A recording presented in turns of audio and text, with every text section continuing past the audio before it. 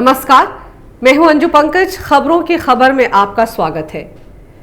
दिल्ली दंगों पर मचे बवाल, उस पर लुटियन मीडिया का झूठ, अफवाह, एक तरफा एजेंडा, भड़काऊ भाषण, तमाम मुद्दों पर मैं लगातार आपको जानकारियां देते आ रही हूं, वो भी पूरे सबूतों के साथ। लेकिन इन दंगों की जितनी भी भयानक से भयानक खबरें आई, उसमें से भी कुछ एक घटनाओं ने मुझे भी अंदर से झकझोर कर रख दिया है। आज वैसे ही कुछ दिल दहला देने वाली घटनाओं के बारे में आपको बताना चाहती हूँ। वो अपने घर का अकेला कमाने वाला था। 5 लोगों का परिवार था उसका। उत्तराखंड के पहाड़ों से दूर रोजी रोटी की तलाश उसे दिल्ली ले आई थी। पिछले 1.5 साल से वो शिव विहार इलाके में अनिल स्वीट हाउस में काम कर रहा था। हर महीने परिवार के लोगों को पैसा भेजकर वो घर का कुमाऊं पूत होने की जिम्मेदारी निभा रहा था। लेकिन 24 फरवरी की रात उसके पूरे परिवार के लिए कयामत की रात बनकर आई। दिल्ली के कुछ और इलाकों में भड़के दंगों की चपेट में ये युवक भी आ गया। आप कहेंगे इसमें नया क्या है? ऐसी कहानियां तो दंगाग्रस्त इलाकों से लगातार आ रही हैं, लेकिन मैं आपको आज जो बताने जा रही हूं उसे सुनकर आपकी भी रूह कांप जाएगी। इस युवक का नाम दिलबर सिंह नेगी था और इसकी उम्र 22 साल थी। हर रोज की तरह ये 24 फरवरी को काम करने के बाद दुकान की दूसरी मंजिल पर सो गया। लेकिन उसके बाद 26 फरवरी को उसका जला हुआ शव पुलिस को मिला। यही नहीं, दंगाइयों ने हैवानियत की सारी हदें लांघ दी थी। उन्होंने दिलबर को आग लगाने से पहले उसके दोनों हाथ काट डाले थे। ये है शिव विहार की अनिल स्वीट शॉप। इसी दुकान को दंगाइयों ने आग लगा दी थी। इस इलाके में बड़ा भयानक दंगा हुआ था। यहीं पर वो राजधानी स्कूल है जिसकी छत पर सैकड़ों मुस्लिम दंगाई गुलेल से आसपास के इलाके पर पत्थर और पेट्रोल बम फेंक रहे थे। दिलबर सिंह नेगी की जहां मौत हुई वो बिल्डिंग इसी राजधानी स्कूल के ठीक सामने है। दंगाइयों ने यहां ऐसा तांडव मचाया जिसकी कोई मिसाल नहीं है। इस कार पार्किंग को देख लीजिए। ये अनिल स्वीट शॉप के ठीक बगल में है जहां सैकड़ों गाड़ियां जलाकर खाक कर दी गई। ये कार पार्किंग भी दरअसल एक हिंदू की ही है। मतलब ये कि इस इलाके में चुन चुनकर हिंदुओं की संपत्ति, दुकान और मकान को जलाया गया। जब यही दंगाई इस दुकान को जलाने आए तो दरिंदगी की सारी सीमाएं लांघ दी। अब दिल्ली पुलिस ने सीसीटीवी की फुटेज की मदद से दिलबर के हत्यारे शाहनवाज को गिरफ्तार कर लिया है। जरा सोचिए क्या कसूर था इस बेचारे दिलबर का। उसका सीएए और एनआरसी से कोई लेना देना नहीं था। सीएए और एनआरसी से तो दंगा करने वाले मुसलमानों का भी कोई लेना देना नहीं है। ना उनकी नागरिकता जा रही थी, ना उन्हें कोई देश से बाहर कर रहा था। लेकिन फिर भी नफरत का ये नंगा नाच खेला गया। नफरत की आग इस कदर हावी थी शहनवाज पर कि उसने दिलबर को आग के हवाले करने से पहले क्रूरता की सारी हदें लांघी। बेचारा नेगी डर के मारे अपने कमरे में छिपा बैठा था। बाहर दंगा हो रहा था। बाकी सारे लोग इलाका छोड़कर भाग गए थे। उसे पता नहीं था कि दंगाई लूटपाट के इरादे से इस घर में घुस आएंगे। जब दंगाई ने इसे पकड़ा तो पहले नेगी की पिटाई की। वो चीखता चिल्लाता रहा, लेकिन दंगाइयों ने उसकी एक ना सुनी। उसके दोनों हाथ काट डाले। दोनों हाथ कटने के बाद जब वो जमीन पर तड़पता रहा तो किसी ने उस पर तेल डालकर उसे जिंदा जला दिया। पुलिस के मुताबिक शाहनवाज पास के ही इलाके का रहने वाला था। अगर ऐसा है तो कभी ना कभी शाहनवाज ने इस दुकान से कुछ ना कुछ खरीद कर जरूर खाया होगा और दिलबर ने अपने हाथों से ही हो सकता है उसे कई मर्तबा मिठाइयाँ या पेस्ट्री परोसी हो। लेकिन देखिए, शाहनवाज ने उसके दोनों हाथ काटने से पहले ये सब कुछ कतई नहीं सोचा। दरअसल उसे तो मौलानाओं, आम आदमी पार्टी के अमानतुल्लाह, कांग्रेस, वामपंथी दलों, टुकड़े टुकड़े गैंग के भड़काऊ भाषण ही याद थे। मौलाना तो लगातार पाठ पढ़ाते आ रहे हैं मुसलमानों को कि काफिरों को छोड़ना मत, शरीयत का वक्त आ चुका है, वगैरह वगैरह। ये कहानी मैं आपको क्यों बता रही हूँ, इसके पीछे भी एक बहुत बड़ी वजह है। दरअसल इस दर्दनाक वाकया को लुटियन पत्रकार, खान मार्केट गैंग और टुकड़े टुकड़े गैंग किसी और रंग में रंग कर आपके सामने परोस देंगे। वो तो शाहनवाज का नाम भी अभिसार मिश्रा बता देंगे। हाँ, दिलबर को दिलबर खान जरूर कह देंगे और इस कहानी को पोग्राम बताकर वॉशिंगटन पोस्ट और न्यूयॉर्क टाइम्स को $1,000-1,500 में बेच देंगे। उन्हें तो हर कहानी को अपने एजेंडे के मुताबिक सेट जो करना है।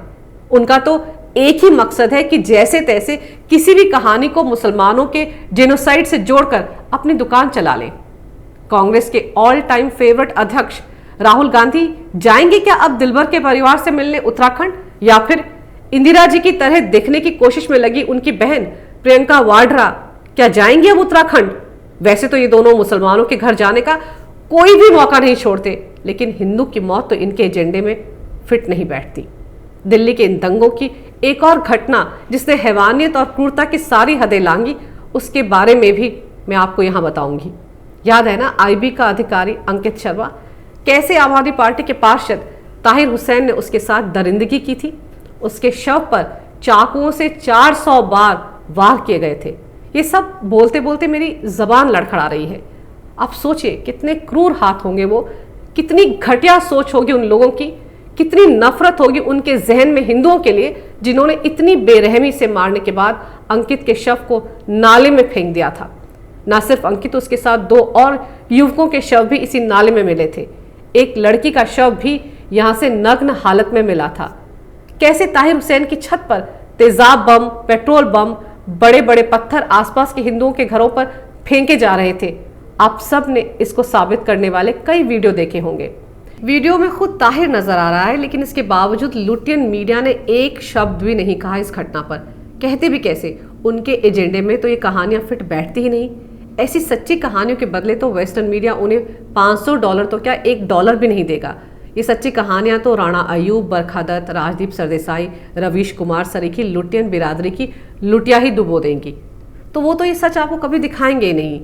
यही वजह है कि अमानतुल्लाह जैसे नेताओं की हिम्मत हो जाती है कि वो ये कह सके कि ताहिर हुसैन को इसलिए फंसाया जा रहा है क्योंकि वो एक मुसलमान है। और आइए अब आपको दिखाती हूँ वो ट्वीट जो अमानतुल्लाह खान ने लिखा है। आज ताहिर हुसैन सिर्फ इस बात की सजा काट रहा है कि वो एक मुस्लिम है। शायद आज हिंदुस्तान में सबसे बड़ा गुनाह मुस्लिम होना ही है। ये भी हो सकता है कि आने वाले वक्त में ये साबित कर दिया जाए कि दिल्ली की हिंसा ताहिर हुसैन ने कराई है। तो वो तो ये सच आपको कभी दिखाएंगे ही नहीं। लेकिन सवाल मेरा उसी बिरादरी से ही है। लुटियन मीडिया, टुकड़े टुकड़े गैंग क्या ये बताएगा कि अगर ये वाकई मुसलमानों का जिनोसाइड ही था तो फिर हिंदुओं को इतनी बेरहमी से किसने मारा? दिलबर सिंह और अंकित शर्मा के साथ ये क्रूरता किसने की? किसने दिलबर के हाथ काटे और अंकित के शरीर पर 400 बार चाकू से वार किए? प्लीज अब ये मत कहिएगा कि मुसलमानों को फंसाने के लिए दिल्ली पुलिस ने ही ये सब कुछ हिंदुओं के साथ मिलकर कर डाला, क्योंकि ये झूठ भी अब पकड़ा गया है कि दिल्ली पुलिस भी दंगाइयों के साथ मिलकर मुसलमानों को मार रही थी। जब तक वीडियोस नहीं आए थे, जब तक प्रमाण नहीं थे, तब तक यही एंकर्स, मीडिया वाले, लुटियन गैंग और संविधान को बचाने वाले छाती पीट पीट कर ये अफवाहें फैला रहे थे कि देश विदेश में आर्टिकल छपवा रहे थे कि पुलिस का रवैया काफी बर्बर रहा था। लेकिन अब जब हकीकत सामने है कि मुस्लिम भीड़ ने हिंदुओं के साथ साथ पुलिस वालों को भी मारा, वो भी दिन दहाड़े दौड़ा दौड़ा कर उनकी पिटाई की, जिसमें 40 से ज्यादा पुलिसकर्मी सीधे अस्पताल पहुंच गए और एक की मौत हो गई और अवार्डी पत्रकार, झूठ के सौदागर लाशों का धर्म और जाति ढूंढने में ही लगे रहे। ये साबित करने की शर्मनाक कोशिश करने में जुटे रहे कि हिंदू ही एग्रेसर है, हिंदू ही विलेन है और हिंदू ही खलनायक है और मुसलमान तो असहाय, बेचारा और भुक्तभोगी है। मैं ये नहीं कहती कि दिल्ली दंगे में सिर्फ हिंदुओं की मौत हुई या फिर सिर्फ हिंदुओं का ही नुकसान हुआ है। कैपिटल टीवी लगातार इस बात को दिखा रहा है कि दिल्ली में किस तरह हिंदुओं और मुसलमान दोनों को नुकसान हुआ है। दोनों तरफ मौतें हुई हैं, दोनों ही तरफ से मानवता को शर्मसार किया गया है। हमारा सिर्फ ये कहना है कि जो सच है वही दिखाना चाहिए। एजेंडे के साथ जो पत्रकार बने फिर रहे हैं, जो देश और समाज को नुकसान पहुंचा रहे हैं, जो निष्पक्षता का नकाब पहनकर झूठ और अफवाह फैला रहे हैं, उनसे सावधान रहने की जरूरत है। उनके एजेंडे को एक्सपोज करने की जरूरत है।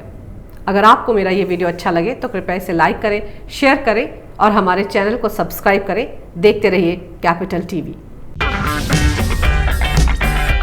अगर आपको हमारा वीडियो पसंद आया हो तो इसे लाइक करें, हमारे चैनल को सब्सक्राइब करें और हाँ, बेल आइकन दबाना ना भूलें ताकि आप तक हमारे वीडियो की नोटिफिकेशन पहुंचती रहे। आप अपना सुझाव हमें कमेंट बॉक्स में दे सकते हैं। हमारे साथ जुड़ने के लिए शुक्रिया।